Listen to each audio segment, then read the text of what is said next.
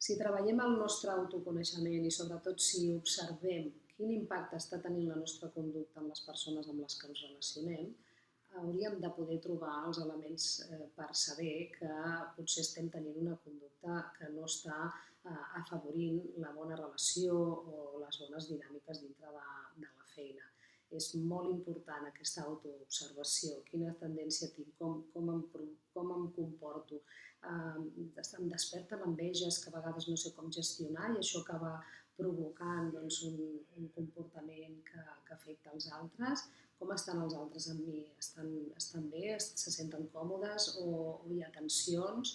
Hem d'observar, no? Què és el que està passant al nostre voltant.